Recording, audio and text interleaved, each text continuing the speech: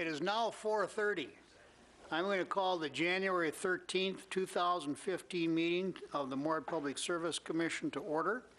First order of business is to welcome to the TV audience the residents of Oakport Township who've just recently come into the community.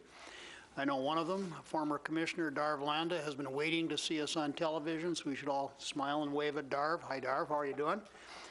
I hope he's not falling asleep in his chair. And with that, I'm going to ask for an approval of the agenda. I move approval of the agenda for today. Second. All those in favor? Aye. Aye. Those opposed, the same sign. That carries. Could I have a similar motion concerning the consent agenda, please? Mr. Chairman? Yes. Mr. Chairman, could we remove the write-offs from the consent? Certainly. Thank you. With that, As usual. do we have a motion to approve with the write-offs coming off? Do we have So a moved. Okay. Second. All those in favor? Aye. Aye. Those opposed, the same sign. That motion carries. I have a question before we go too far. Are we sure that we're on TV out in Oakport? Yes, we are. Okay. Yeah, because Mr. Landa called and brought it to my attention that he's been able to watch the mayor and her cohorts on a regular basis. In the past? And Okay. Thank you. no, in the past they were watching Dilworth, but now they have Moorhead. So, like I said, I welcome them. Somebody was on the ball. Somebody was. That brings us down to Thank you, whoever it was. That brings us down to item 5, which is the write-offs. You had a question? I did have a question on Anderson? that one. Let me just get to that real quick here with my trusty little thing here. Nancy, this is probably for you. And you're right there in the front row, so you're ready to go. The very last item on the list was for an amount of $3,508.89, and it said MPS miscellaneous bill. Nancy Lund, Admin and Finance Manager. Those miscellaneous bills are usually things like damage caused by accidents, vehicle accidents and things like that. I would have to go and look at the specifics on this. Okay. I just wondered, I didn't recognize the notation, and Yep. you know, yep. for that amount of money, it was the largest item on the list, and so I Yeah, thought, so an what is uninsured it? motorist, so vehicle damage they did and they hit some of our property. Oh, okay. That raises a question with me, is if it's an uninsured motorist, do we take any action with them? We normally, at this point, when things get written off, we send it to a collection agency to pursue collection on it, but we don't take any other legal action. We let the collection agency handle that at this point. Okay. I'm just wondering if it's an uninsured motorist and they're being cited for something, and normally you can also get restitution, and that's why I asked the question. Normally, the police department will contact us, or the county attorney will contact us if they've got something going on with them there, and then they'll ask for that restitution. So Okay. we see that occasionally, not too frequently. Okay, thank you, Nancy. Anybody else have any questions? Could I have a motion to approve item 5? Move to approve item 5. Is there a second? Second. All those in favor? Aye. Aye. Those opposed, same signs. Welcome aboard, Rob. Sorry, Dave. Try that. We don't have trains in Moorhead. Any customers to be heard or recognitions bill? Okay. Any old business bill? Nope. Members of the City Council, anything to report? Thank you, Mr. President. We just had our first council meeting yesterday, and little news, we did approve a budget, like a budget committee. So that's about it. We Wow. start off the year new. Personally, I congratulate you on setting up that kind of a committee. It has worked well for us for as far back as I can remember that we've had a budget committee here. And it's also a great tool in terms of learning what's happening in the city if the council people or commission members review that. So I hope it works well for you. Thank you. Members of the Public Service Commission, this is our first meeting as well. Anybody have anything to report? Yeah. Mr. General Manager. In the report that you have, your written report, I wanted to bring to your attention the first item, which is called the transmission system update. And when Commissioner Bob Swenson used to be on the commission, he always talked about the grid and the grid out there, and But he never knew what it was. yeah, well, and we always did a lot of education on the grid. And, that's the transmission system generally that's outside of our immediate Moorhead area. And there's a number of things going on, and you'll hear about them over this next year. And tonight we're going to start a three-part series on water supply issues. And I think in the next couple of months, we'll probably start a series on transmission issues, maybe 2 or 3 part series, where we go through and kind of talk about the elements of a transmission system and how that all works. But I think I've got 5 items here that you probably should be aware of that are happening. And a lot of it has to do with the fact that Western Area Power Administration, which we are served by their transmission system, they are going into the Southwest Power Pool. And that's going to occur on October 1st of 2015. So there's a number of things that are going to happen, such as the way the Southwest Power Pool operates their system. You can get credit for any transmission system that you have that's above 69,000 volts. Our system is 115,000 volts that basically goes from West Fargo into Moorhead, around Moorhead, and then down south, like around, it's probably, I shouldn't even say what avenue it is, but it's about 6 miles south of Moorhead along the 20th Street. And what we're estimating right now as far as what they will provide to us on a monthly basis is somewhere between $100,000 and $200,000. And so those are monies that we will get credit for, because we're in that pool.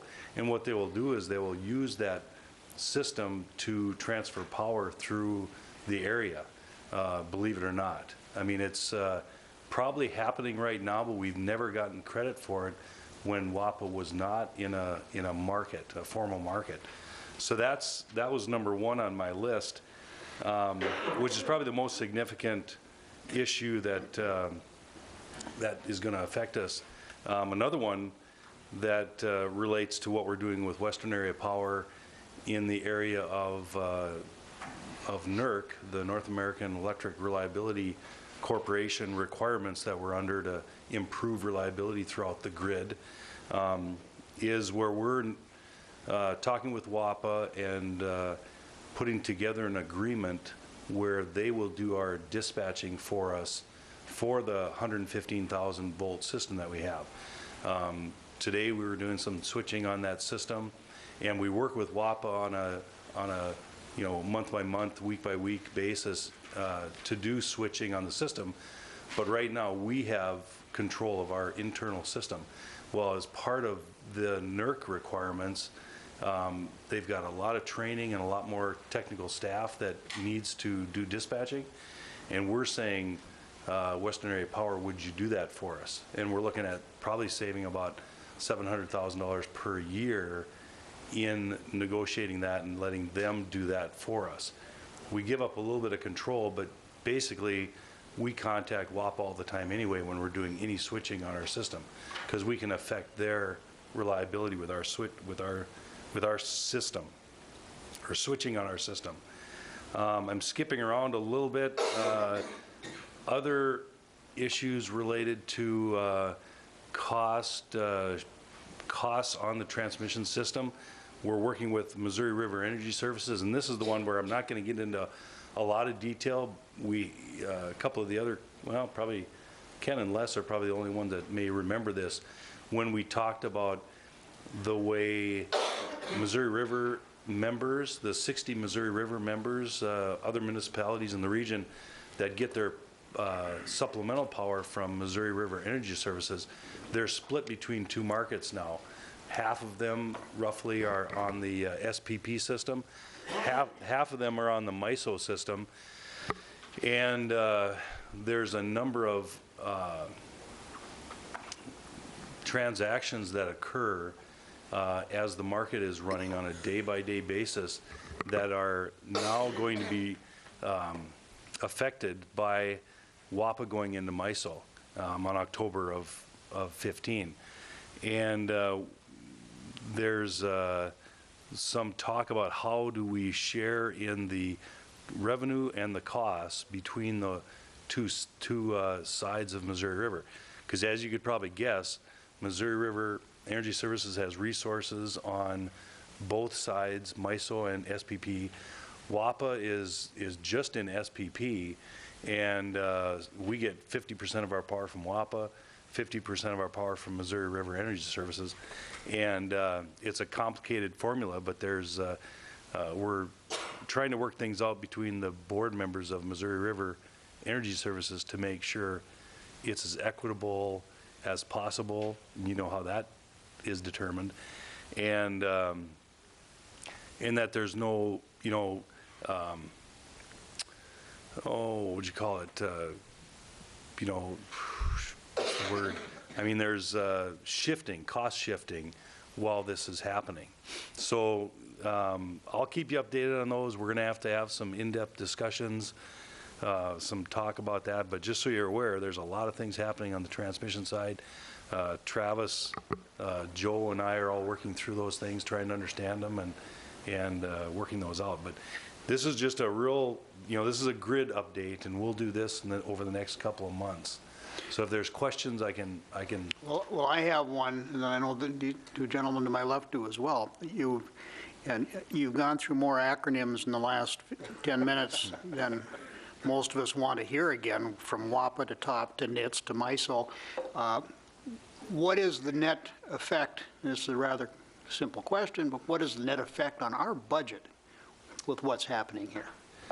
The net effect on our budget, the $700,000 number that I had in there is a no change, because if we can get something accomplished with Western Area Power, there won't be any increase in the amount of technical staff we would have to hire and the training we would have to do. We would basically have that reside with Western Area Power. So that's a he giveth and he taketh away. Right. That one would be really a no change. The $200,000 monthly would be a net positive to us, and that may not occur until October. However, also happening probably in October is that there's rate increases that will occur because WAPA is going into SPP. Now we're hopeful that the $200,000 is more than what the rate increases are going to be, and the SPP/WAPA increases are going to be phased in over time, possibly. So I think we're going to come out net positive, but the Budget Committee will have to look at it at the end of this year when we start looking at budgets for 2016. So for 15, we should be positive, but it's also late in the year, and we're hoping that ends up being positive. Okay. The other items are probably more for either late 15 or early 16. Okay. Dave had a question. How about those supply shifts that you were talking about? How volatile could that end up being, and how unpredictable through the course of time? Yeah. If we're shifting from one to the other, what's the differential there between one supply source and the other, and for how long? And I mean, questions like that really do affect us then immediately in the month-to-month operation. In the month-to-month of that one, those cost shifting, those would be over a period of time. What's happening is that between SPP and MISO for Missouri River Energy Services, they have transmission arrangements that basically bridge the seam between MISO and SPP. And there's about a $12 million cost of having that bridge. And what Missouri River is thinking is that that bridge is actually, it's just antiquated. It's not necessary anymore. However, there is some risk, like you mentioned. Mm-hmm. And so there's a $12 million savings not to,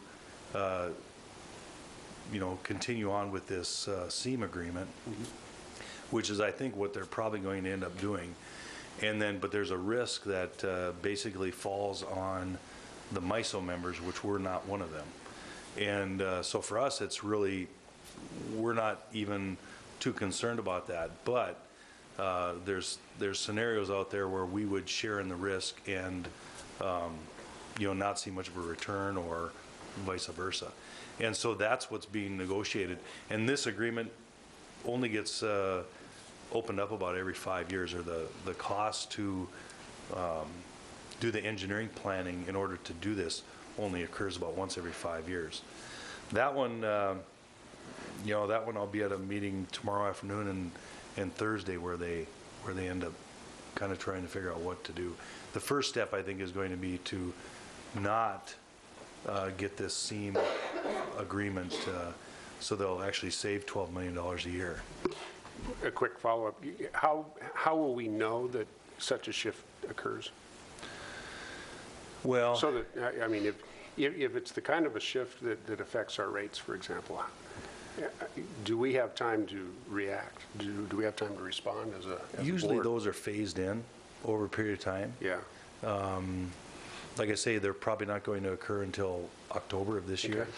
But That's there helpful. is, the reason I'm bringing this up is because I don't want you too surprised when something that I don't anticipate ends up affecting our budget. And I don't think it's going to occur in 15. If it does, it'll occur late in 15. And I think it's going to be positive rather than negative, but you just don't know. You can rest assured if that happens, we'll forget that you told us so. Les? I'll be Bob Swenson, since Yes. you haven't had a grid question in a long time. Moorhead has supplied power from the substation that is 5-6 miles south of here on 20th Street. How far is it from the railroad tracks that go down there? Oh, it's right next to the railroad tracks, so it's probably, the It's really transformers are close. 100 It's really feet, close. yeah. So actually, if there were an accident down there, like the Castleton accident, it could affect our station. it happened right there, yeah. However, so our customers out there don't get really too worried. We have a second feed into Moorhead that comes through the city of Fargo from south of West Fargo. Is that correct? That's correct, So we have redundant power. right. Okay. Interesting story on that is the West Fargo one was first. And so that line has been there since the 50s. Right. In 1970s. But there's no railroad track next to it to Right, cause the right, accident. right. Yes. Those trains are far safer now. Are they? That's what they said. Okay. But the poles are right along interstates, so you could have a truck take one out. So we do have two feeds. Right. And the second feed came in the 70s when a flood took out the first Yep. substation. But I just wanted our residents to know that we have two feeds into Moorhead, one Yep.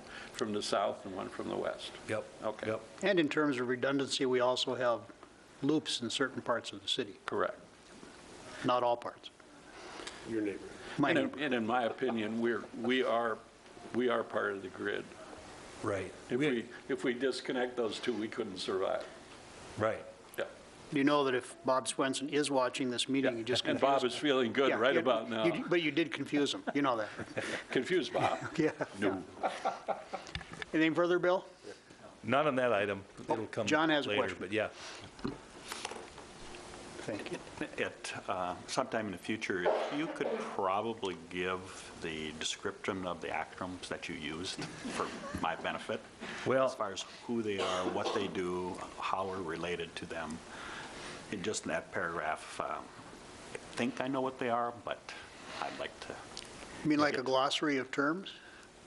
And even a definition. possibility, yeah. Yeah, when we do that's a good point, and when we do the series or whatever, we'll put a list of them with some kind of a description on each one of them. 'Cause We I- try and make sure that we put, like the transmission operator is on there, and then it's TOP, and then when we use it future, you at least know what it is, but we should define them as well. Because that would be good for the customer base too. Yep, thank you. It'll still take it 3 years to learn it. Yeah. Or more. You're a newbie, forget it. Yeah. Anything further? No. Any other questions? Okay. That brings us down to item E, 8E, and that's to accept the report on the proposed water tower art project. I hope somebody can explain this to us and make it make sense. Yeah, Sue Leggett is here, and she can. Hi, Sue. She's been here before. Yep, Miss yep. We've Miss worked- Mr. Chair, before we get into the project itself, I think the question that we have to address is whether our water towers are canvases for art or not. That's true. Because if they are not, the proposal is of really little value. Okay. That's You want me similar to- to a discussion I had with Mr. Schwant just today, as a matter of fact, but I'm assuming that Sue's going to tell us that everything is a potential canvas. Am I accurate? Absolutely. I yeah. thought you would. I So- think I can maybe address that too in the way that the project is set up and what we're actually hoping to achieve by doing this project. It's going to take a lot to convince me that water towers should be painted with anything other than the name of the community. Okay, well, and so you understand, it's our engineering staff that also thinks that telephone poles are beautiful, so art's in the mind of the beholder.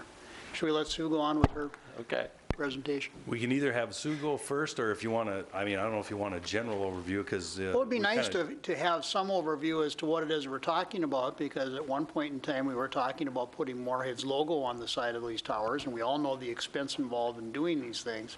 So, yeah, I think we should know what we're talking about. But Yeah, I mean, I can just. Don't go anywhere, Sue. Yeah, don't go anywhere, Sue. I'll just give you the general overview.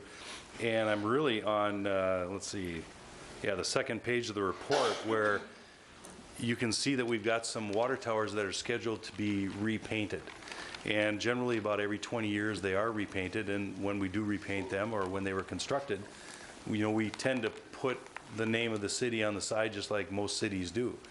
And you'll notice that they, along Interstate and in the Woodlawn area, the logo that's on there is the old city logo. So, I mean, that has even, it's past its time.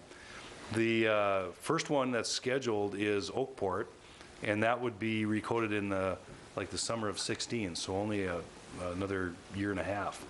I-94 would be next, which would be the summer of 17. Then Woodlawn is summer of 18, and this is all in our capital budget.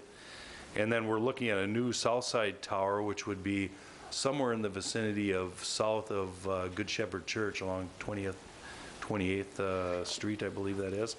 And maybe especially for John's edification, what's the approximate cost of painting a water tower?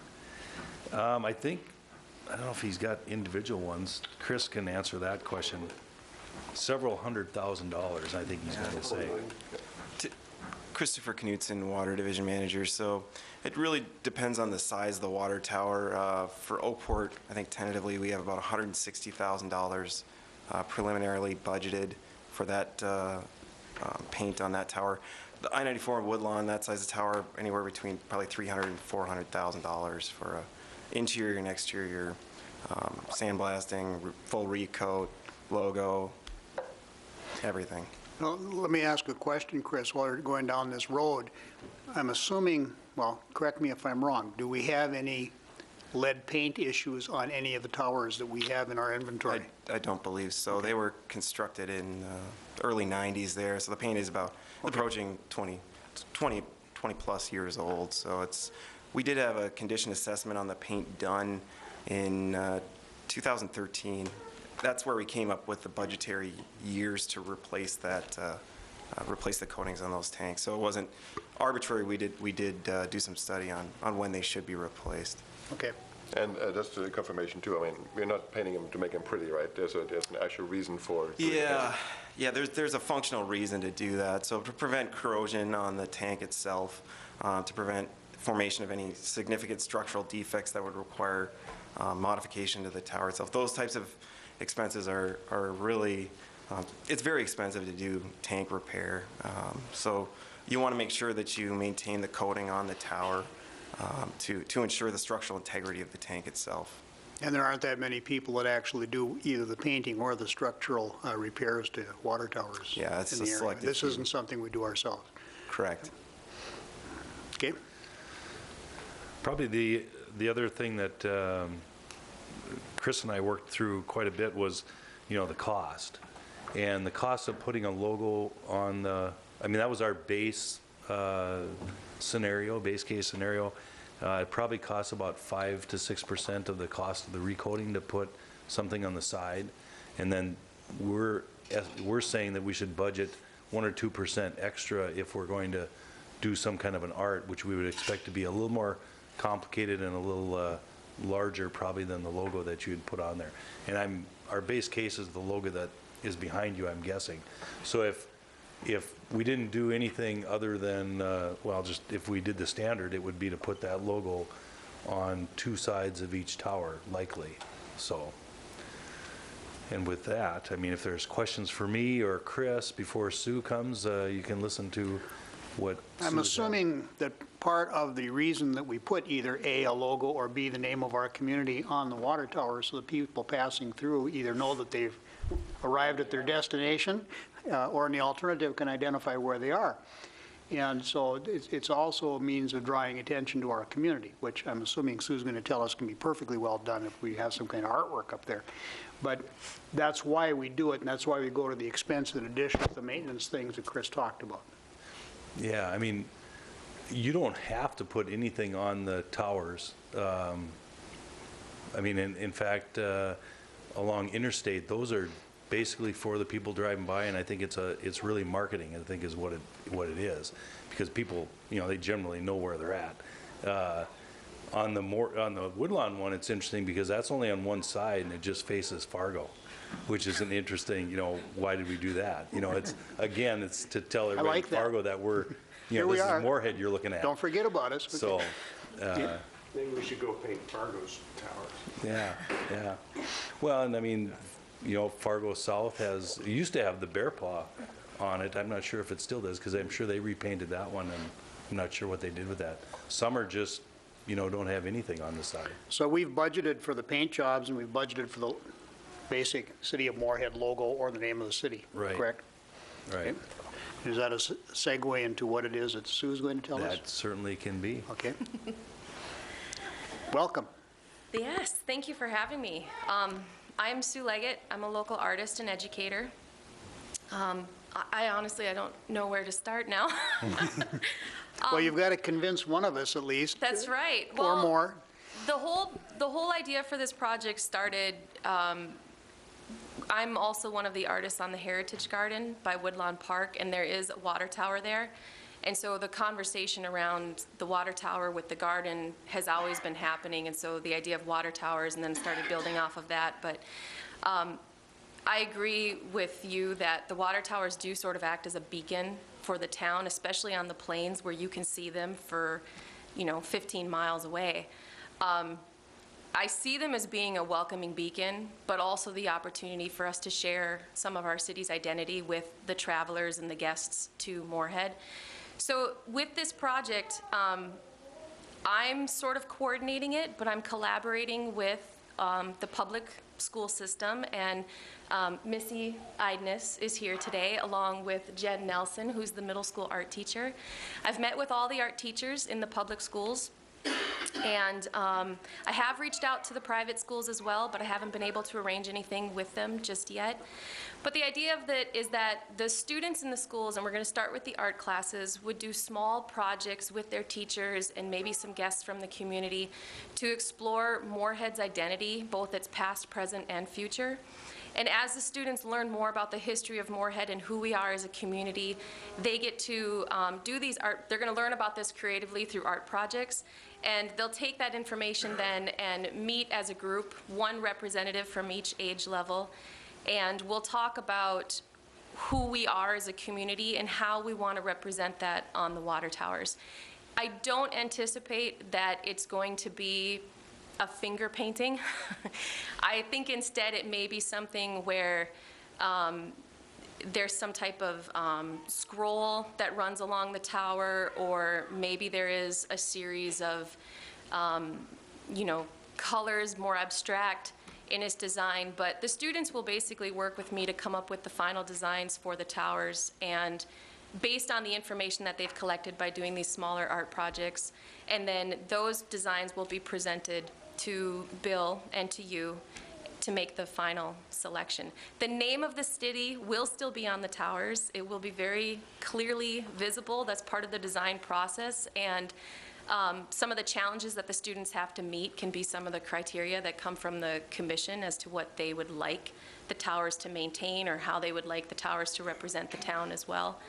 But really, it's an opportunity to give our students a voice in the community aesthetically and get a little bit more involved with city government and have some pride in their hometown. And it offers Moorhead the opportunity to have this unique sort of welcoming beacon that celebrates our history and who we are as a people.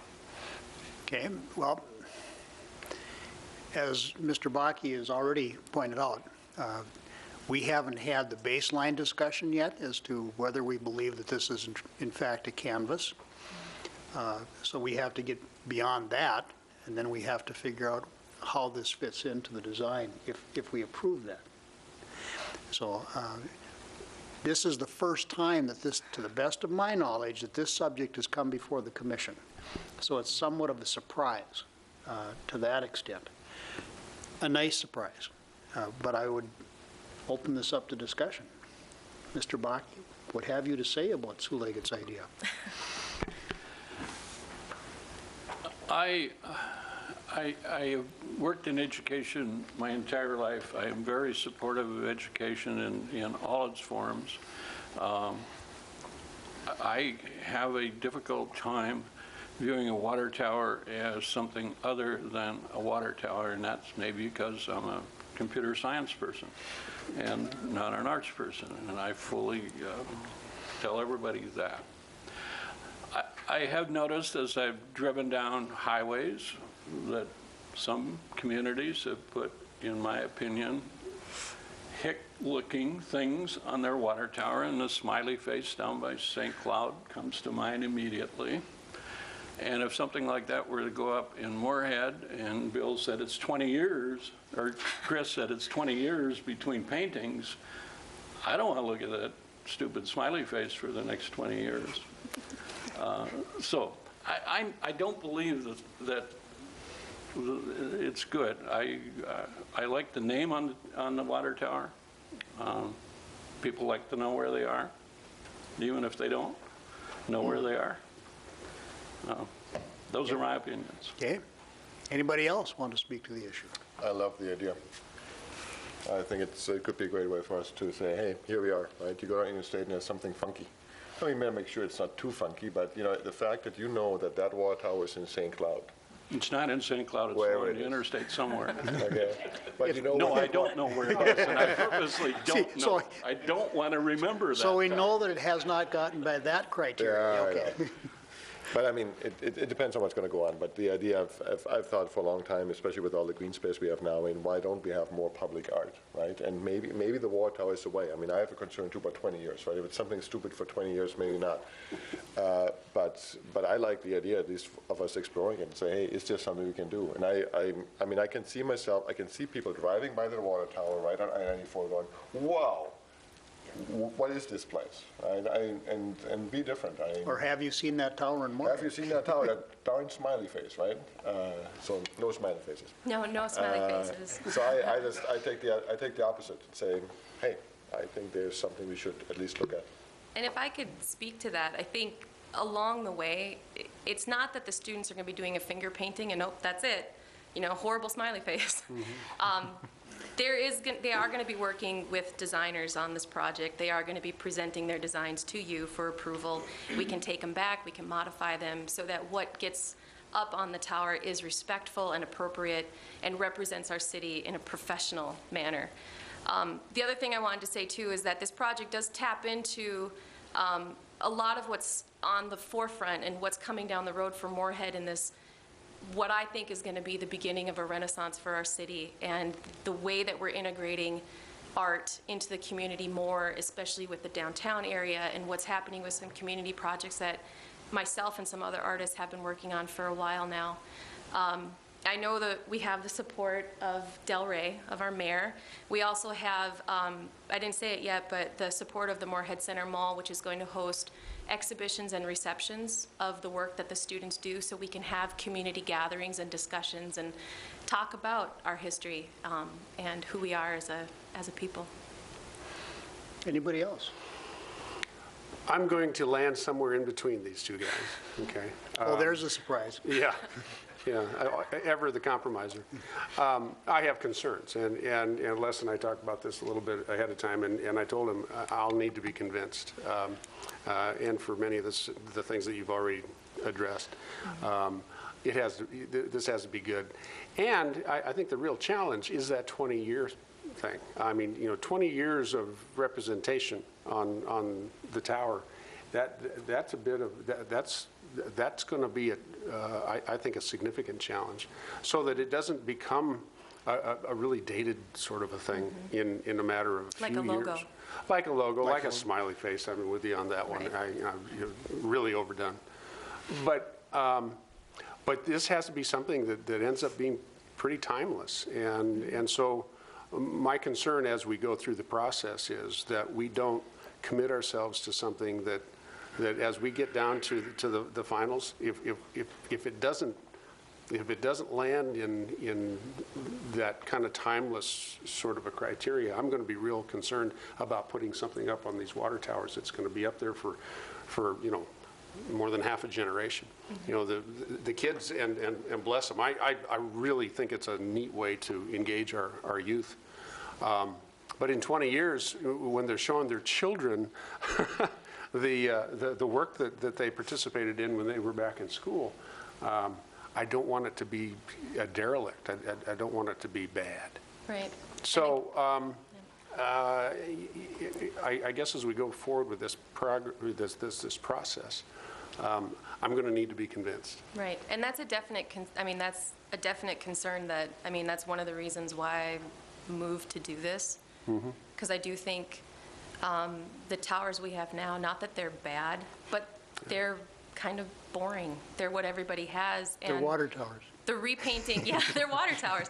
But the idea of repainting water towers is growing around the nation, and there's some projects that are happening overseas where people are having community discussions on how they want to repaint their, I guess, city landmarks like a water tower. To the best of my knowledge, this is the only project I've come across where a city government agency has collaborated or worked with an educational institution for the sake of an art project to do something like this, which is pretty neat. Well, I think something for us all to keep in mind, these are public resources, and they're really significant public resources that are going to go into the process. We've already invested, but what was just explained to us as costs, that's pretty significant. And so as we all answer to our ratepayers, and they ask us about really every nickel and dime that we talk about in our budget process, as we go through our budget process, I think we just need to then be ready to assure them that, okay, now this is a good thing for a lot of different reasons that you've already pointed out, Sue. But again, that it be timeless, and that if we're going to look at them for Right. 20 years, that we're good with the decision. Let me ask this question, and as opposed to the two curmudgeons on my left, I'd probably be closer to Ralph. I think it's a brilliant idea, and it's an idea that can truly draw attention to our community, and we've backed art projects in this community before, and you brought students in here with some wonderful art projects before. Is this something for which our friends at the Plains Art Museum or wherever can look to see if they can find a grant? Number one.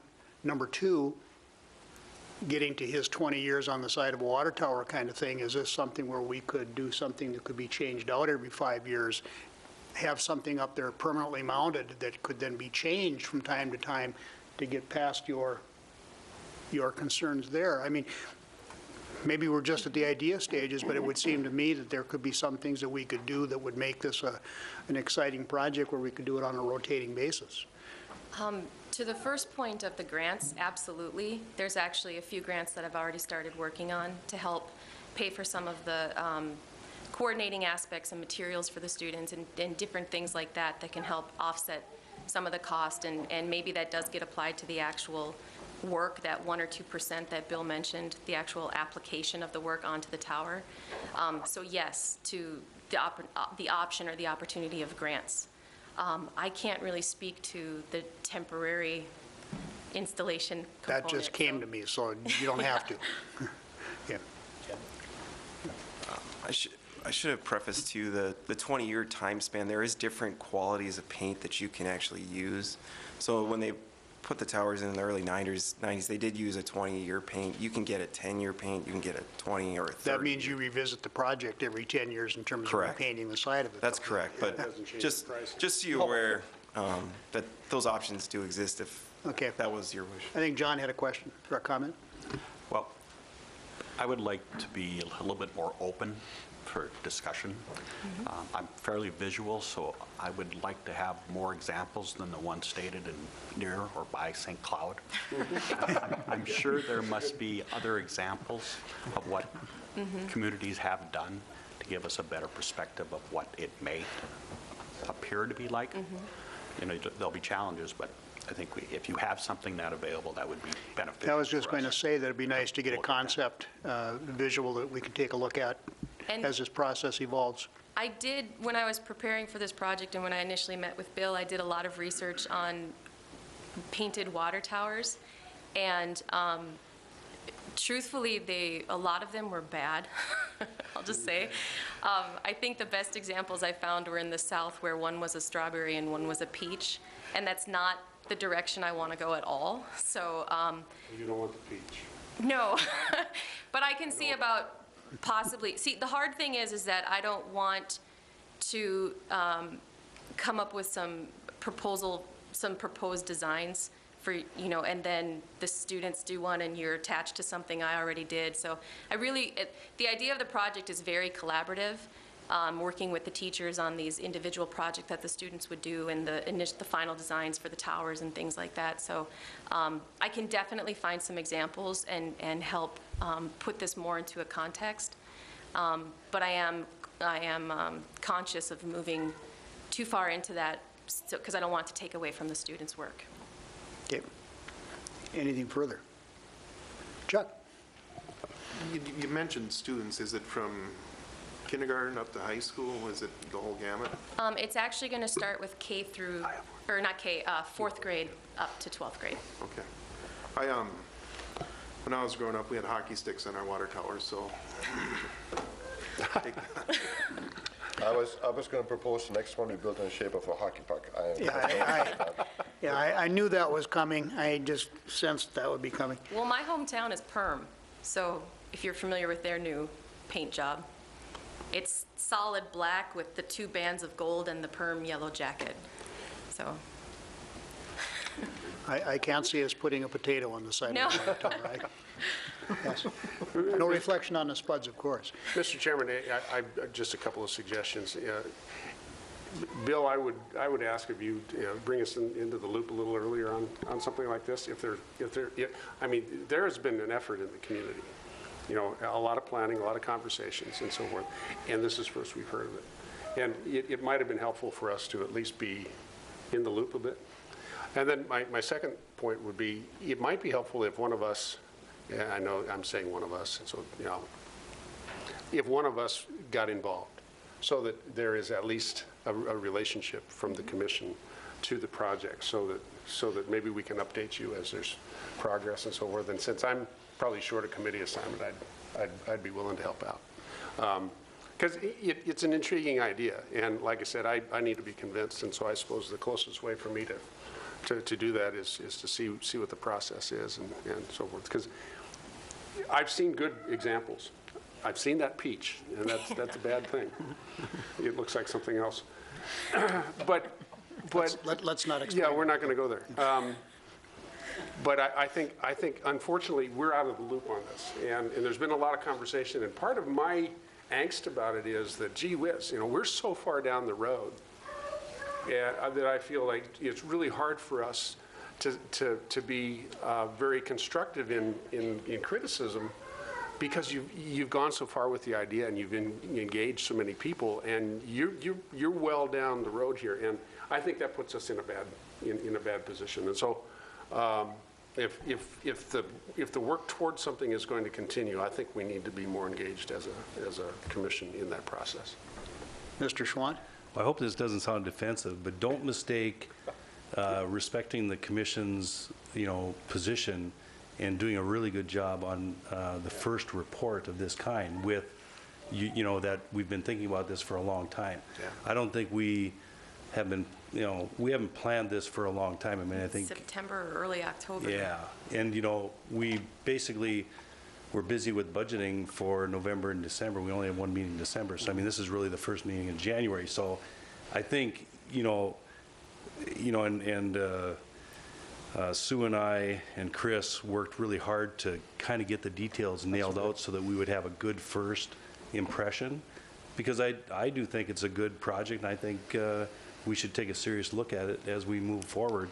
So, I mean, I hope that doesn't sound defensive. It does. But I think that there are some next steps, and you brought those up. I think we should get the commissioners engaged and see where we need to go, because you'll see this is a report. It doesn't really have next steps. So it really is we're going to throw this out there and see what you guys think, and then figure out if we're going to move forward. Well, if And you in don't fact have we're to going make to that- move forward, I've just appointed Dave to that particular committee. Yeah. Thank you, Dave. I kind of stepped back. Yeah, okay. Yeah, you really did. And I think it's an Yeah. exciting idea. It would be, we pick up a newspaper that comes to us every month from MMUA and so forth about cities that do things that are new and exciting and different. We've espoused our appreciation for the arts in this community and at this level at the commission in the past. And, it would be nice for us to come up with a new and innovative idea when people notice Moorhead. Whether it's a water tower or whatever, it's a great community. And engaging our young people through the arts is a wonderful way to do that. So I'm excited about it. And Bill, I would only say you don't need to be defensive on that. It's just a point from me to you in this open relationship that we all have up here. If the conversation goes back to September and the budget committee was working all the way through the fall, I think it could have been a topic of conversation during one of those conversations, so that we see this investment that's coming down the road where we're going to be painting these towers and so forth. And, oh, by the way, there's an idea. And, I just think it's really helpful to have a little bit of openness in even concepts like that, so that we can kind of get it into our heads, and by the time it kind of gets up here, we aren't surprised by a presentation that's going to take place in front of our community and everybody else. John? Point is noted.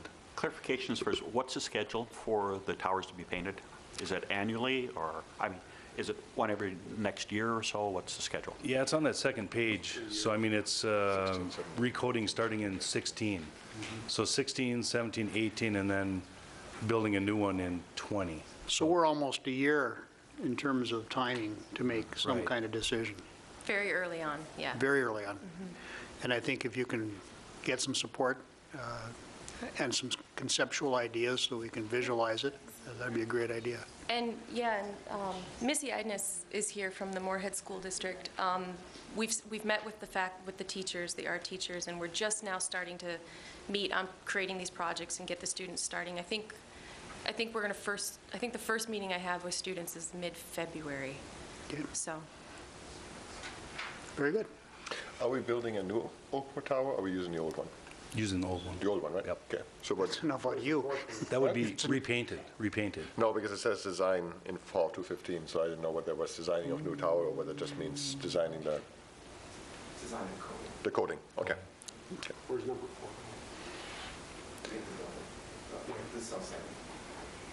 4? Which? South. In your backyard. In my backyard, okay. Yeah. That's all I needed to know. As long as it's not mine. Your question was on the new South Side Tower, Dave? Yeah. About 40th Avenue, 28th Street South is the cited location, but there's still some steps to ensure that will be the actual site that we're actually working through right now. Some hydraulic analysis as well as land acquisition. Okay. If there's no further questions for Sue, I could have a motion to accept this very first preliminary report. I so move. Is there a second? Second. All those in favor signify by saying aye. Aye. Those opposed, the same sign. That carries. Thank you, Sue. Thank you. And I did vote no, yeah. please note that Mr. Bakke has voted not to accept. That brings us to item 8F, to accept the report on future water supply strategic discussion. This is one of three. I would assume Mr. Knutsen's going to enlighten us? Are you going to appoint Dave to? I just did. Okay. He is the committee. He is the committee. Well, he's the best dressed, so. If they can get past the beard.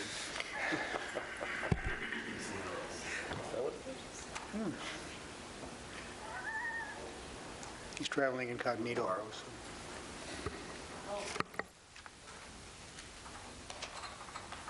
It'll be just a second. Okay. Oh, perfect.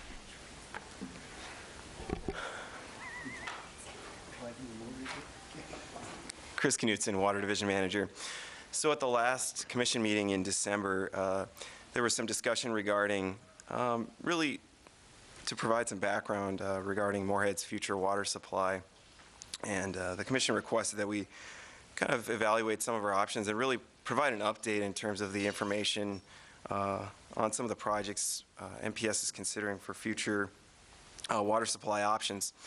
So this is the first of a three-part series, and in this particular presentation, I'm just going to talk a little bit about a primer on our water resources. So some of it, some of the members will have definitely seen before, but consider it kind of a primer for what our water resources may look like in the near future.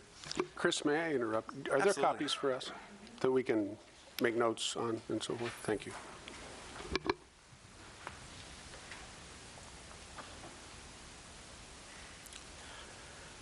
And it's actually a really good time to have these discussions because part two of our series, the anticipated February 13 Public Service Commission meeting, we're hoping to have completed the Buffalo Aquifer modeling efforts that we've been working on for about the past year. So really, we'll kind of talk a little bit about the Lake Agassiz project and a general primer for water resources today.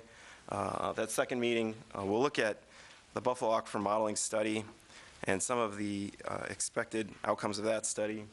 And then in the third meeting there in February, we're hoping to do more of an in-depth budgetary analysis of the two options that we have. So the Red River Valley Water Supply Project and what the potential cost of a Buffalo Aquifer expansion project might be. So just as a preface to this discussion, I just wanted to briefly touch on just provide an example of droughts in the United States and what some of our friends in the American Southwest have been going through. So this graph on the right is actually where we are today. The one on the left was in middle October. So in middle October, certain parts of Texas and California have been really struggling with a long-term drought.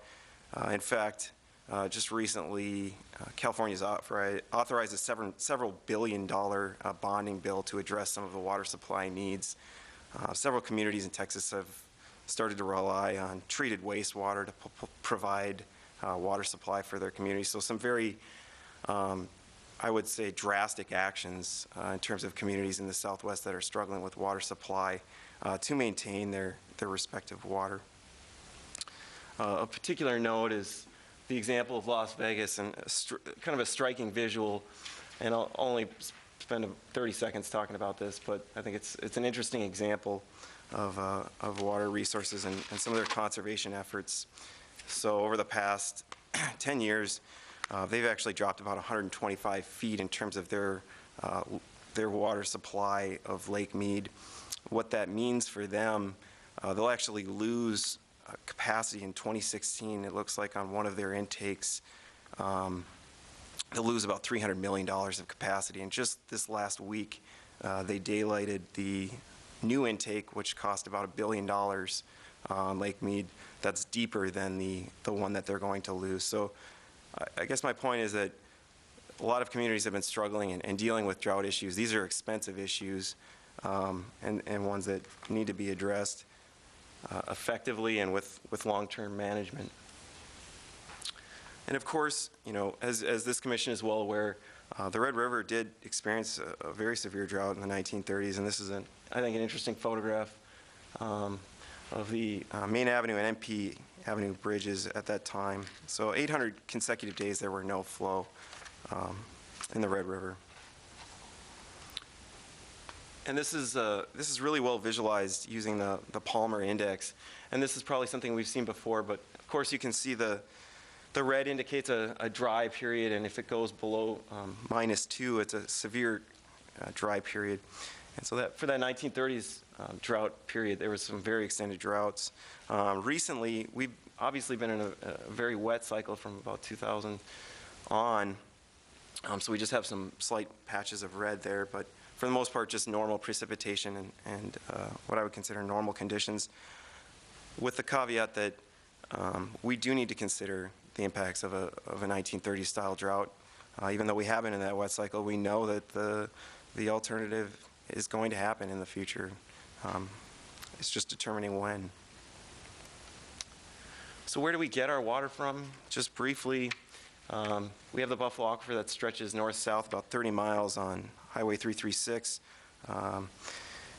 We have 2 pumping fields on that Buffalo Aquifer, and then 1 pumping field in Moorhead, not too far from our water treatment plant. And then, of course, our primary water source, the Red River, near 14th Avenue South.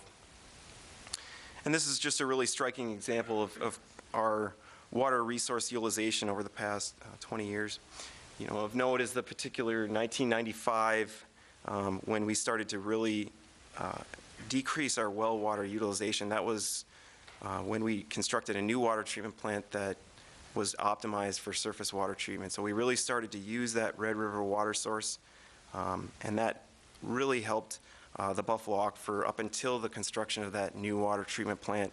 Levels of the Buffalo Aquifer were in steady decline since that time, actually.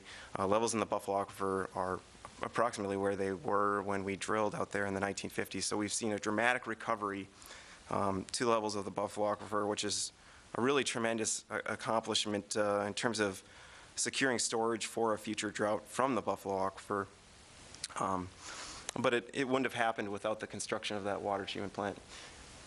You'll notice that over time we are pumping more water, although we have seen pretty dramatic conservation efforts. And this is really well demonstrated by the next graph in terms of future water demands. And if you look at this graph, you can see actually, you know, over the past since 2000, you know, relatively speaking, both our average day usage and our peak day usage have remained relatively constant. So people have been conserving more at home, you know, partly due to our rates. You know, we implemented conservation rates in 2012, but they were conserving before those rates were implemented as well.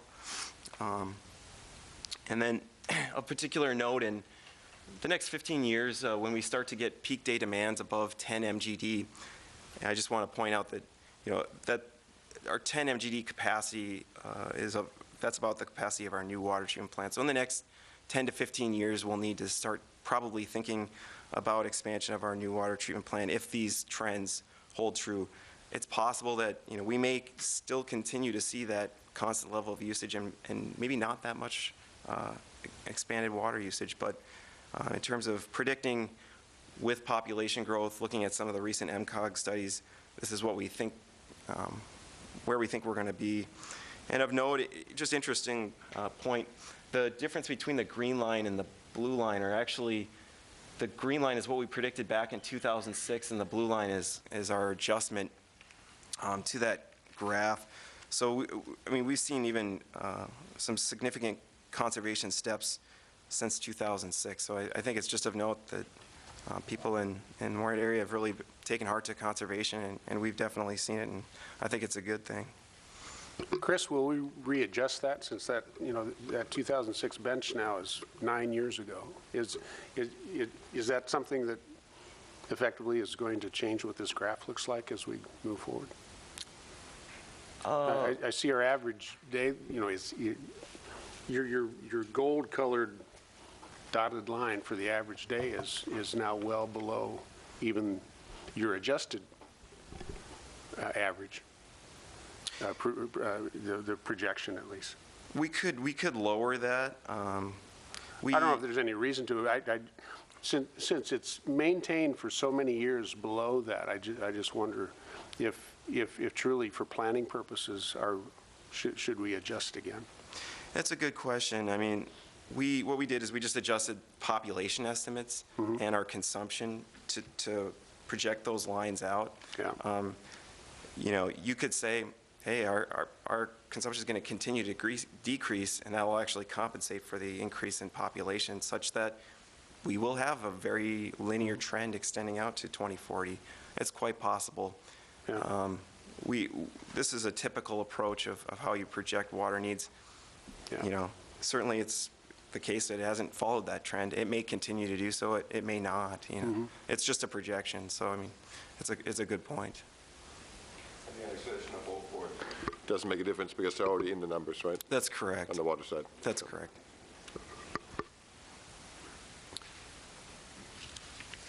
So that's the primer on some of our utilization and some of our water resources background.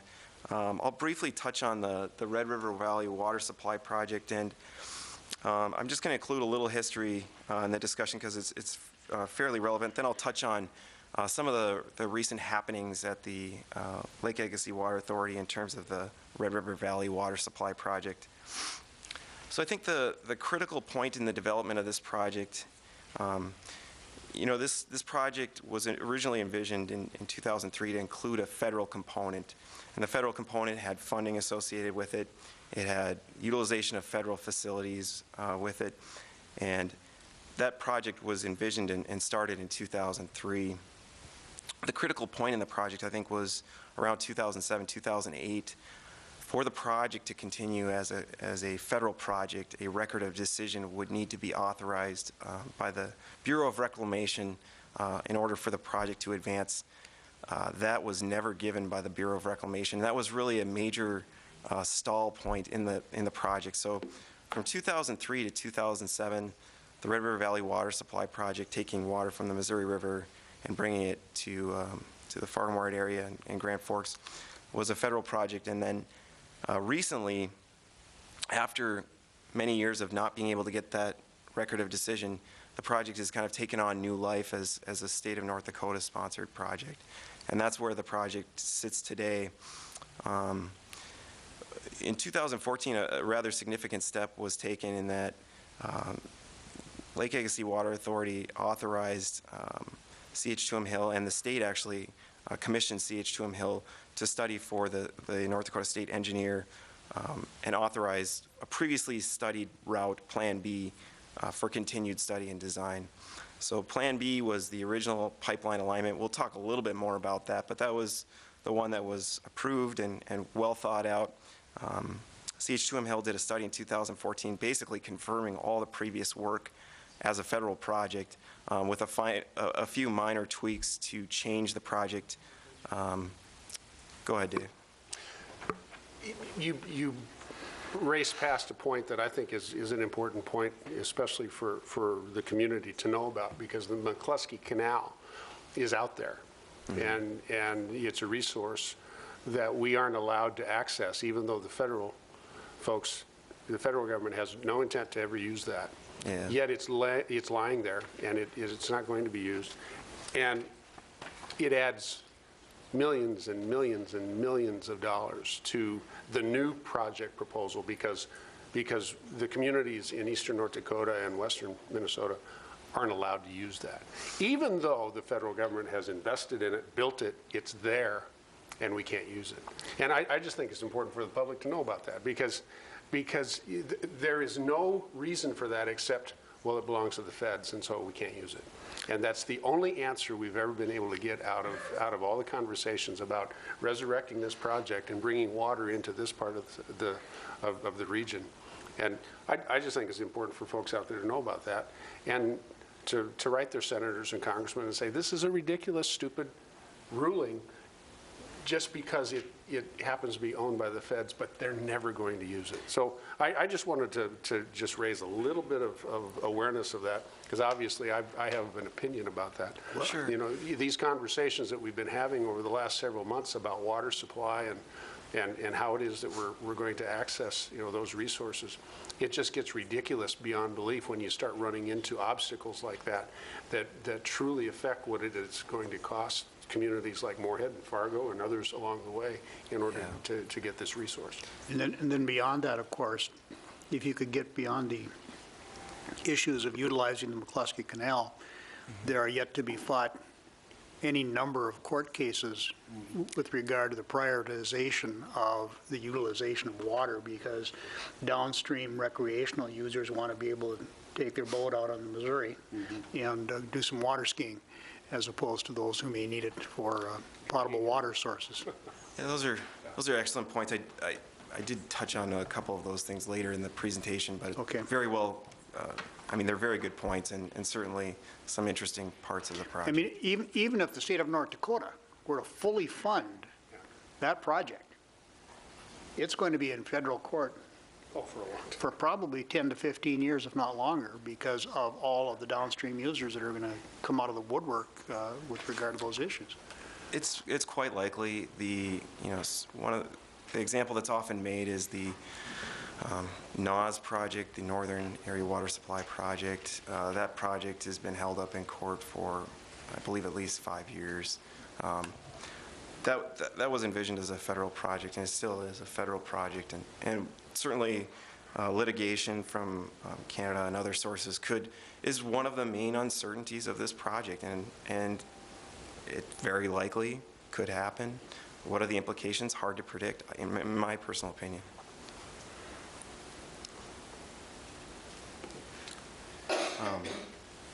So some of the next steps for the project, there was an article in the forum in terms of the future funding of the project. I think that'll really be the main focus in terms of what levels of funding are available in the North Dakota legislature for the continued study and development of the project. I believe $150 million was the number that was brought up that they're looking for in terms of funding for the project in the next biennium for North Dakota. So just to give you an idea of all the people involved in terms of the project, these are all the board member representatives represented on the Lake Agassiz Water Authority. And really, the Water Authority is a consortium of these communities, and LAWA is the main agency that's working with North Dakota to continue the development of the Red River Valley Water Supply project, along with the Garrison Diversion Conservancy District as well. So these are just the communities, and really the people that are most, as well as Moorhead, but Grand Forks and Fargo and East Grand Forks are very interested in this project. Fargo and Grand Forks in particular are very concerned about some of their long-term supply needs, and they definitely need a redundant source of water. Moorhead, as we stand right now, is very lucky to have the Buffalo Aquifer as a drought supply possibility. These communities don't have that luxury right now as it stands. Chris, is Jamestown joining the group? There's been discussion on that point, and certainly they have some industrial development in terms of a fertilizer plant and an ethanol plant, I believe in Spiritwood. So they have, I believe, requested to be a part of the project, but have not yet fully been included in it. I'm not sure as to why, but it certainly could be that they would be included at some point. Yeah, I think it's likely they will. I think the governor of North Dakota has given them a pretty significant share at the table because of needs that they have identified. But I noticed that Jamestown's on the map, but Yep. not listed as a participant. Well, that also raises a question in the metro. Is West Fargo not involved, or are they involved? They are involved, although I don't believe they're represented on the board right now. I'm not sure as to all the reasons why, but they certainly are They interested. really have some water supply issues. I agree with you. I just don't, I can't speak to their motivation.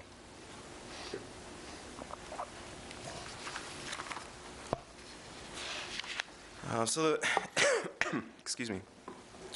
The biggest part of this project is the cost, I think, and how is it going to get paid for? So we'll talk about the options that they looked at in 2014 in terms of the study alignments, but all the alignments, when they looked at the alignments, the project cost range is between $800 $800 million and $1.3 billion, so some rather significant costs associated with this project.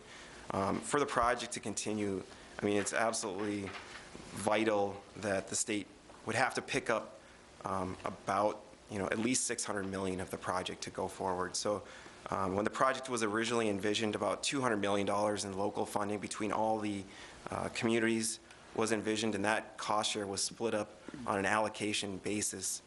So I think for the project to continue, you'd need both the local share, the $200 million, plus some additional state, like $600 million worth of state funding. And in terms of what's Moorhead's cost share requirements, about $11.3 million based on our preliminary allocation. And those numbers are likely to be revisited in terms of what the allocation is if we were going to get a certain allocation. And then the budgetary number, I mean, there's a lot of uncertainty in that number that I'll discuss in a little bit here. As well as definitely some uncertainty as to how we get the water from Fargo or the Cheyenne River to the Moorhead intake. There's definitely many different options in terms of how we get it there. It's not clear how those options will be addressed in terms of a cost perspective. We're having some conversations on that. I was trying to get some stuff done on that last week, but it's still uncertain for the most part. Let me ask a question. Even if we were able to convey the water from Fargo or the Cheyenne, would there be new water treatment costs associated with that particular water that would cause us to have to do some major renovations at our water treatment plant? It's another uncertainty of the project because many communities on the Cheyenne Valley City, Fargo, have all constructed reverse osmosis membrane treatment plants required to treat that water to remove sulfate from that water. The unclear portion is what the dilution of the Missouri River water in the Cheyenne would do in terms of, it may be such that you wouldn't have to treat it further. It's uncertain. We may have to. So it's uncertain at this point. So it can be a good thing or a bad thing in terms of our future costs. Correct. I mean, uncertainties in those types of things, I mean, that leads to costs in my perspective. As I mentioned, the funding from the state of North Dakota is absolutely vital for the project to continue. And one thing that we haven't talked a lot about is it would take a long time just for construction alone in terms of, it's a 66-inch pipeline, so imagining that pipeline going a significant distance, I mean, several hundred miles, it's going to take a feat to construct it, as well as make the pipe, as well as construct the water treatment plant. So these were the 18 options that were studied in 2014. And I just wanted to present that it was rather exhaustive study of all the potential options in terms of where you could route this, how you could route it. And I think they did settle on the right option, which is this Plan B option, which would utilize Bald Hill Creek through the Cheyenne River, through the Fargo-Moorhead area. So you'd really kind of minimize the amount of piping you'd have to do. Again, one of the main concerns for the project is that transfer of water from the Missouri River Basin to our basin and some of the challenges it might present. One of the interesting things in terms of the project development for the project river, and this is just an example slide, so this was using the Mississippi River, but it's a good example. The city of Bismarck recently constructed a horizontal collector well field that essentially is a well field underneath the river that takes water from the river, filters it through those lake and those river sediments, and then puts it into the pump station. So in order for this project to continue, they'd have to use something identical to this because a federal permit would be required to go out into the river. So our intake looks a lot like the Mississippi River intake indicated there. The intake that they would have to construct would be one similar to the one on the left-hand side with the laterals going out into the sediments. And they completed some initial study that showed that this approach is likely to work. So basically a proof of concept. They think it can work. It is currently working for the city of Bismarck. They think it can work well for this project if indeed it moves forward. If this project were to go through, how much water would actually be used on a daily basis that would be drawn from the Missouri River? What are they looking at? I mean, you take all of these communities along the way that are going to be using this water. That's a substantial amount of water that's going to be drawn. You say a 66-inch pipe? Yeah. Okay. It's about 78 million gallons per day. How much? 78 million gallons per day. So Moorhead's share would be about 4.5 million gallons out of that 78. What would that do to the water levels in the Missouri? They did some study on that for the NAS project, that they looked at all the levels. You know, the great analogy I think was done by Bruce Furness, where it's, I think, a thimble out of a bucket, I think is the analogy. And so, I mean, it's not a significant amount of flow. And I think for the project to continue for North Dakota's sake and for the sake of litigation, it would need to be much more well thought out than that example. Quantified, perhaps? Yeah. My best scientific approach. Yeah. So, I mean, the study for the NAS, I believe, was like a 50-page report on that very subject alone. So it's not a trivial component of the project. So I think we've hit on most of these along the way.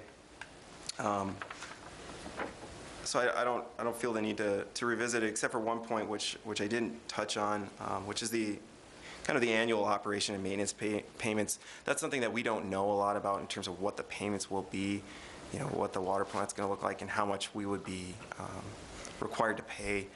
You know, from my estimates, it could be anywhere from, you know, $100,000 to several $100,000 a year to maintain those assets, the pipeline, the pumps, the treatment plant. I mean, it's a rather significant investment in maintenance. So that's an ongoing cost. The initial cost itself, I think we'll dig into more in that part 3, but I mean, I believe the two projects to be relatively comparable in terms of an initial cost investment. I think the interesting part will be the long-term costs of the annual maintenance. Chris, as we go through this process and you get to parts 2 and part 3, are we also going to examine the relative costs of the operation of a new well field for the city of Moorhead off into the aquifer? Oh, absolutely. South of town, okay. Yeah, that's going to be part of the analysis in part 3 as well. I think we're seeing with these relative costs that we see just coming down the road and the unanswered questions, we have to look at options if we have them. That's really, I think, gets to the point of the whole series, is that, you know, we really want to lay out the options, and so you can start to look at the numbers and really consider the numbers behind them. And maybe this goes to my desire for a strategic discussion.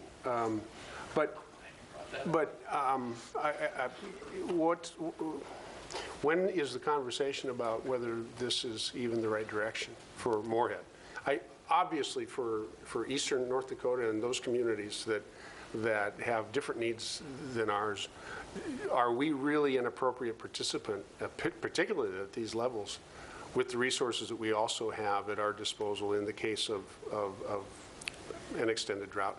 And what is our understanding of how our aquifers and so forth can take care of us in the event that the Red River looks like that historic photo that you showed us? You know, I just really, you know, the numbers are wonderful, and looking at them, you know, from purely a kind of a digital perspective, but what's the policy and directional conversation that I think we need to have in order to even determine whether we're appropriately at the table? Yeah, you know, I think we'll get to that point. I mean, the point of this particular presentation was to start to present the background, and I want to evolve to that point, but I'd like to talk, you mentioned the... I jump ahead, I'm sorry. That's okay. You mentioned the Buffalo Aquifer component. You know, that's nearing completion at the end of January here, and we're going to present that in February. So I think, you know, we can have some good answers. There's going to be uncertainties with both projects, certainly, but let's lay them out, let's compare them, and then I think it's, you know, up to the board and Bill and others to... If I might, and I agree that we have to do some strategic planning on this area, we also have to educate not only ourselves, but also the public on what are some very complicated and very important considerations.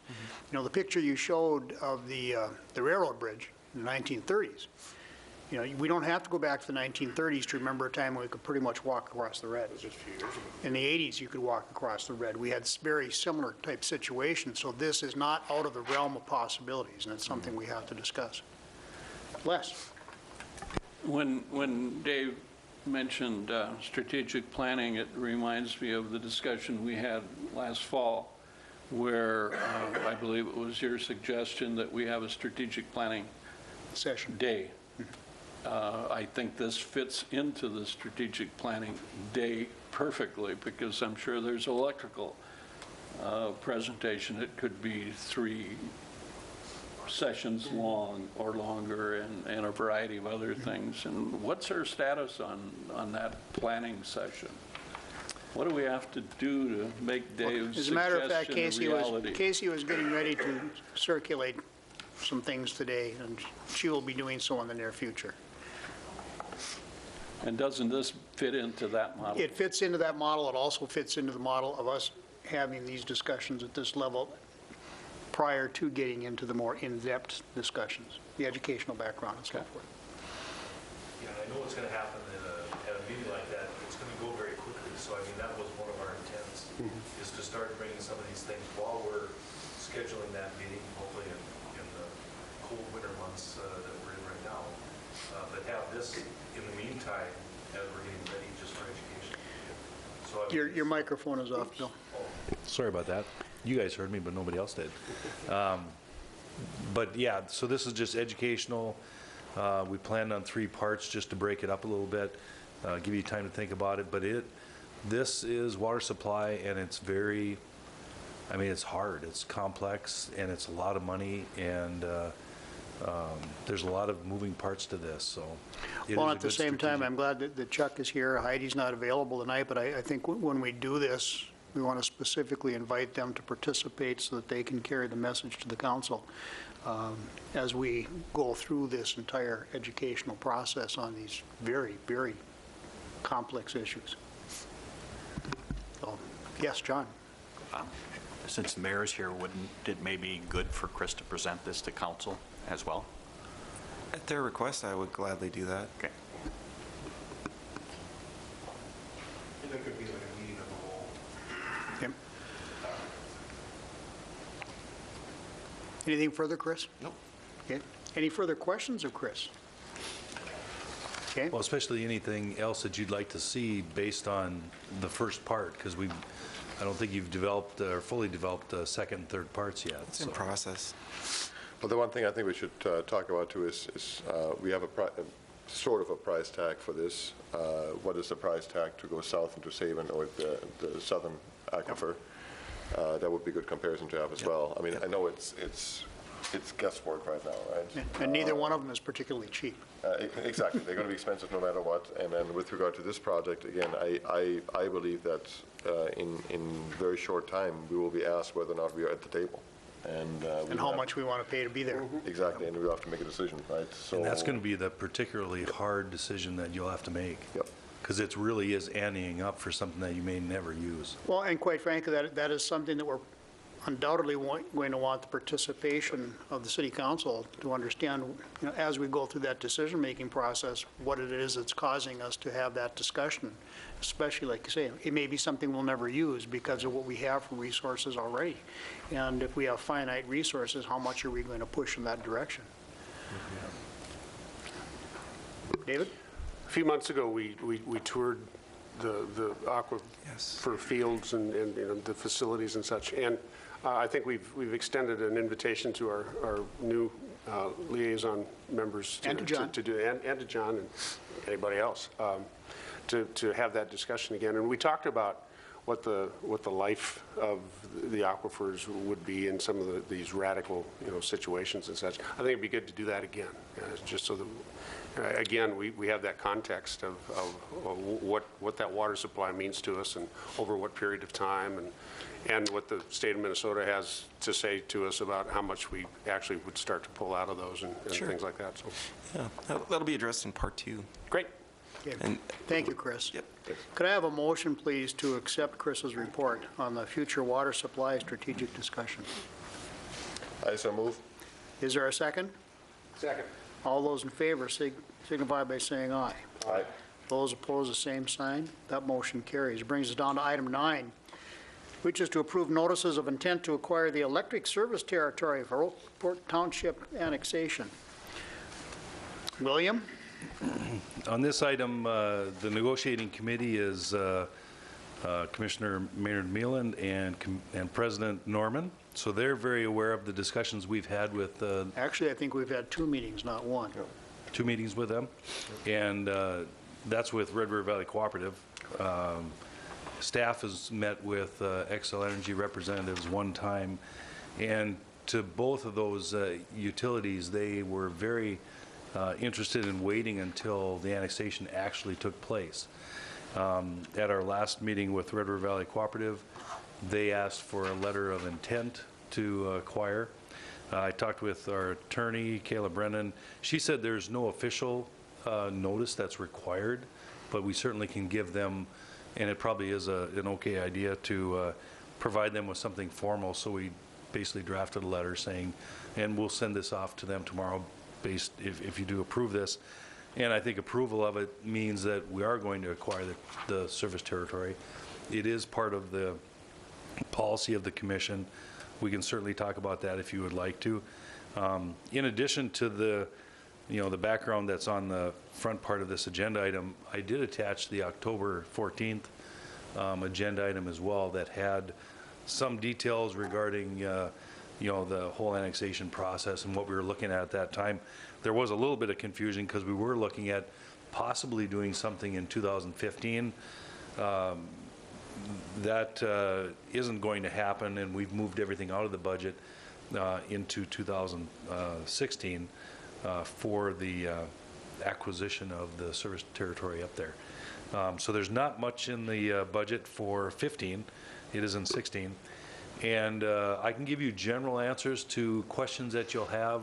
If you're going to talk about negotiating strategy, that type of thing, I would wait until we have a closed session here in the next few weeks. But again, if you have any questions, staff is definitely working on all the details and cost estimates to acquire the territory, and then for a portion of that, we'll be negotiating with the 2 utilities. Without getting into the subject of negotiation, I think that from our standpoint, and Ralph, you correct me if I'm wrong, I think we've advised at least Red River Valley Co-op that virtually anything is on the table in our discussions, and we want to work toward something that is mutually beneficial to both this community and to the co-op, recognizing that we are taking over a substantial portion of their territory if we're to do so. That's about what the message has been so far. Yep. And from our own perspective, I mean, from a budget perspective, we're looking at roughly about $4.5 million for the technical side of things, plus the acquisition costs. So we're not talking small potatoes here. So the question is, it's probably going to be in our interest as well if we do this extension as we by policy do, not to do it in one year. 2016, everything is done. It may have to be phased in just from a financial perspective on top of that as well. Yep.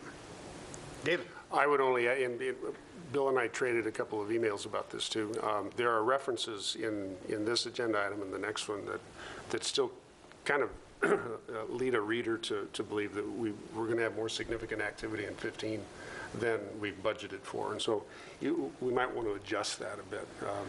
I don't want to get too far ahead in the agenda, but both of these items about Oakport talked about an awful lot of 2015 activity and construction beginning in 2015, and we're not prepared for that. So for clarity, I'd like to take references to some of those things out and put them into 2016 where we've really kind of anticipated them landing. So.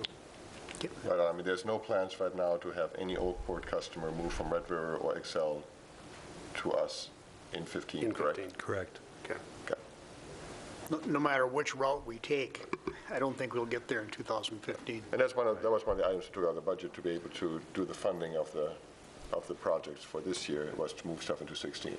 That was part of it as well. Yeah, we looked late in 2014 and even had an alternate bid for equipment in case we wanted to do it in 15. And we did look very hard at it, because we knew we would be asked that question possibly by Oakport residents that may call and say, why aren't you doing it in 15? So we did look at it, and we did talk with the utilities about it, but their reluctance to start negotiating until 2015 made it very clear that we weren't going to get there in 15. I think the Budget Committee's kind of reluctant to do that, too. Just based on what we presented as a plan for this board, it's just not there. Yep. And one big issue for me, and it's not totally technical, is if we do the equipment replacement and we do it above ground, because we don't have the easements to go below ground, I think that is a big conservation we should look into. If we do replacement, we should try to go underground to have it more secure, instead of putting something new up that's above ground. So, and that could be a big issue for us going into Oakport, because again, we don't have the easements similar to Americana Estates. So we need to look at all these things, but as we talked, in 15, nothing is going to happen on that, to that degree anyway. Okay. Could I have a motion, please, to approve the notices? I move to approve item number 9. Thanks, Les. Is there a second? Second. All those in favor signify by saying aye. Aye. All right. Those opposed, the same sign. That carries. Item 10, to approve the agreement for professional services with DGR Engineering for task orders numbered 1, 2, and 3. Bill? Yeah, Travis Schmidt is moving forward, and I think he can explain these. Travis Schmidt, Electrical Engineering Manager. The task order agreement that we've put on the agenda tonight is basically a task order agreement based off of engineers and contractors. That's a formal contract that has been put together and is used by many different firms and utilities and other companies. Basically, what we're doing here is task order 1 is a miscellaneous engineering services contract, and what we're trying to do with this is if we have a fault or some type of relay that is malfunctioning that we need to have some additional assistance on, we can go to DGR for assistance and just ask them to provide us some costs on what it would take to take a look at this and have them help us out with an emergency type situation or operational type situation need. So it's like a standby agreement? Just kind of like a standby agreement. Okay, and we've worked with DGR quite successfully in the past. I think we've used them for our... Correct. We've used them for several of our projects, from the Opportunity Substation to the SCADA upgrade project to the Centennial Generating Stations. They've done well for us. So they're very familiar with our system They're very as well. familiar with our systems and our equipment, so it's a good Okay. company to have on the back burner if need be. Any question for Travis? Could I have a motion, please? I move to approve item number 10. Is there a second? Second. All those in favor? Aye. Those opposed, the same sign. That carries. Item 11, Amendment 4 to the Engineering Services Agreement with DGR for Opportunity Substation and the 115 kV transmission line additions. What's happening here, Travis? Basically, we're just trying to close out the project. And with some of the delays that we've had through the railroad and things like that, we're basically finalizing out everything. They're requesting $13,000 in additional costs. Some of this was for restaking because of the start and stop because of the transmission line. Some of this is for some additional substation costs, and then some condemnation costs as well that we didn't cover in the amendment number 3. Okay. Any questions for Travis? So we believe the request is fair? Yep, I do. I move to approve. Is there a second? All those in favor? Aye. Item number 12, the water main replacement projects. Chris, are you speaking to this? Chris Knutson, Water Division Manager. Yeah, I'm speaking to this, and I believe Casey's going to be pulling up an interactive map here in just a moment of the project locations that we're looking at for 2015. So the approved 2015 water main replacement projects, that's approving our replacement projects is an annual process that we go through just to make sure the Commission's aware of the replacement projects that are going on in Moorhead. In 2015 will be a rather significant year in terms of water main replacement. It's to the tune of about $3.2 million worth of water main replacement we'll be doing. Casey's going to help me out in terms of showing you how you can see where we're going to be working, because it's an extensive area. This is part of our public GIS site, gis.mpsutility.com, and this is available to anybody. Actually, the other one, yep. So Sam was instrumental in developing this, but as part of our water main asset management plan, we approved our water main replacement projects, or have a tentative plan for projects going out through 2027. So I believe we brought that back in October. We presented that plan, and that through 2027, that's the kind of draft list of projects. And you can actually go through and filter out by project year. So Casey's going to pull up 2015 as this project year. That's cool. Sam did some pretty good work. Nice job. Absolutely. Good job, Steve. So of all the dots you can see, this is the 2015 projects. And you'll note that along Main and Center Avenue, we'll be having some very significant water main replacement in those areas. That's part of the SIMS project for mill and overlay on those particular roadways. This is a project that's coordinated with both the city and MnDOT for recoding and mill and overlay of those roadways. So those green areas in that particular location will be doing water main replacement. That's the most significant portion of our replacement in 2015. Otherwise, it's just a few other small areas that we're looking at in terms of water main replacement. And just as kind of an important note, we're scheduled to replace about 2.34 miles of water main in 2015, which is above the kind of goal rate of 1% of the system. So it's a rather significant amount of replacement. We're excited to get going on it. Okay. And in terms of funding for that, we've got that built in? Yeah, good question. So the SIMS portion of the project is funded by a Drinking Water Revolving Fund loan. You'll be seeing some more action from us in terms of approving some of the documents for that loan. We just completed, I think in October or November, the High Service Pump Station Drinking Water Revolving Fund loan. It'll be a very similar process for the SIMS portion of the project, for the SIMS project in 2015. Now, Chris, for the viewers at home, and you can maybe answer my question that I had this morning for you. After 2016, or 15 and 16, you know, how much of the water mains replaced on Main Avenue and Center Avenue? And then go into a little bit more detail about this SIMS project, because I'm sure there's a lot of people that are going to wonder about that. Sure. So, oh yeah, go ahead. You can clear it. Over the past 3 years, we've really been focused on completing the downtown area in terms of water main replacement. So this past year in 2014, we actually did Center Avenue Phase 1, which was from 14th Street all the way to 21st Street. And we'd worked a lot on Main Avenue and First Avenue North in the last, I suppose, since 2009. So actually, this 2015 and 2016 will really complete the majority of downtown water main replacement, with the exception of a few railroad crossings and a few other ancillary items.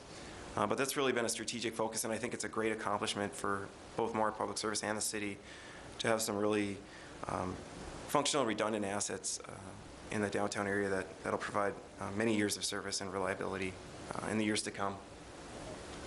In terms of the SIMS project, it's going to be a very significant project. So the public's definitely going to notice this year when both Main and Center Avenue are shut down. One of the significant intersections will be Main and 8th Street will be shut down for some time. So it's most definitely going to alter traffic patterns and be, it'll definitely, people will notice. So we've been working with the city in terms of the next steps in the project. It'll actually likely be bid in mid to late February. So we'll be approving plans and specs for this project very soon. And on a lot of the items, we're cost sharing with both MnDOT and the city significantly to garner some savings in terms of the project. The city did receive a rather significant grant for this project. Okay. Any further discussion? Any questions for Chris? One question. Sort of related to this house, the water plant project coming. Water plant project's going well. They completed all of the pilings this year, so about 80 pilings went in, and they're filled with concrete, and we're ready to start work on the foundation. for the building in the new year. Okay, and no issue driving the pile and, Everything went, well, there was a few issues, but all in all, we finished before, the severe cold set in, and I'm comfortable with the results on the pilings. cool. Okay. In terms of vibrations, everything went well. Could I have a motion, please, regarding item 12? I move to approve item 12. Second. All those in favor? Aye. Those opposed, the same sign. Item 13 is to approve work order number 3 for water main design associated with the Sims project. Chris? Chris Knutson, Water Division Manager. So this work order 3 really caps off the final portion of the design component of this project. There was a few changes during the design process of this project that altered the scope of the project in terms of design. We had to make a few changes. So the city originally envisioned Main Avenue and Center Avenue as separate projects. During the design process, they actually combined those projects. That pulled Center Avenue into some separate requirements in terms of DOT parameters for design. Some of those additional parameters were rather significant efforts in terms of our consulting engineer for the project. So it's about $12,000 worth of additional design costs just because of the combination of the project and then some additional design requirements required by MnDOT. Okay. Any questions for Chris? Could I have a motion, please, to approve item 13? Move approval of item number 13. Second? All those in favor? Aye. Those opposed, the same sign. We're not going into closed session this evening. John? Maybe this is directed to Nancy, but I was looking here, and I apologize for going back into the November financials. You did your comparisons to November and December. Is there a reason why you are doing that versus November to November instead of November, December? It's in the financial, the statement of net position section of the summary. In the write-up or in the actuals? It's, I think it's just below the item 8D3, November financial statements. In the text. Page 1 of the first spreadsheet. After the November 14th to December. Oh, yeah, There's over there. the statement in that position, we always compare to, I'm sorry. Nancy Lund, Admin and Finance Manager. On the statement of net position, we always compare to the previous year end so that you can just see transactions and activity from year end 13 forward to into 14. So to make it really kind of comparable to when you look at the income statement or the statement of revenues and expenditures, you're looking at a comparable period of time and the amount of time from our past audit to current. Okay. All right. Thank you. Otherwise, you see a lot of strange numbers that are a little harder to explain. So we go from audit to current. Does that answer your question, John? Okay. Yeah, thank you, Nancy. And then one more item for Bill. I recently have been informed that WAPA has equipment that can be given to homeowners or lent to homeowners to do an energy test on their home to see where they may be losing heat through windows, doors. Are you familiar with that at all? I can check with Dennis. We don't typically have a lot of that type of equipment for use by the residential customer. I think Dennis will go out from time to time if there's a special circumstance. But I can ask him if he's changed some of his equipment procedures. Okay. And this came up in home builders where the codes are where blower testing is going to be done in Minnesota. So people have to become more aware of energy loss in their home. Yep. So that may be something that the residents become more aware of, they may have an interest of looking at their home where they Yep. have issues. Well, we'll look into that, because that's I know what the blower test is, and we just haven't typically done that for the residential market. I know there's some consultants that do that work, so, Okay, good point, though. That it, Look John? into that. Les? I noticed in our upcoming meetings, we have a February 10th if needed.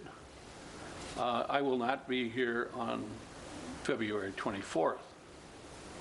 So you'd like to have the February 10th? I'm just Okay. giving out Are information. you going to be driving by any water towers? I will make sure I test them down in southwestern part of the United States, Okay, yes. thank you, Les. You're welcome. Okay, duly I'll noted. check drought down there, too. It's terrible, I've seen it. We have some upcoming meetings, as Les mentioned. January 27th is the next meeting, and February 10th, if needed, but it sounds like we're going to do that. I'll be out of town that day. That's why we put in if needed on it. So if Okay. you want to split the difference and do, the 17th or something, that might work better. We'll take a look at that in conjunction with our February administrative 17th assistant. will not work any better than the 24th for me. Okay. Okay? And are we doing the strategic planning? Thank you, Ralph. You're welcome. Yes, we'll be setting up a time for that. Yes. Yes, we will. I should probably mention, I'll probably be gone on March the 10th, I believe that is, right in the middle of that APPA legislative rally, so I'll be attending on our behalf for Okay, that. So, and I believe our regularly scheduled meeting is on Tuesday, the 10th. Okay. So, yeah. Anything further? I'll be here. I'll be here. Question? Yes? We had an invitation in our email regarding the 50th anniversary of Spuds Hockey, and we have an invite. Are we going to have formal representation, or do we just attend as we choose? Attend as you choose. He could be formal because he's probably in the middle of it. Who's what? But do we need a I'm not call meeting, here. just in case we don't, what? Well, if we have more than three of us, we'd have to have a, 'Cause I'll be there for sure, because I'm sort of involved in the meeting. I will be there. Anybody else going to be there? didn't plan on it. So you're not going to be at the meeting, it's really important to me? I The event is really important? sincerely hope that you're going to be able to get over it. So we should move to adjourn. Yes. This meeting is adjourned before it goes any further downhill.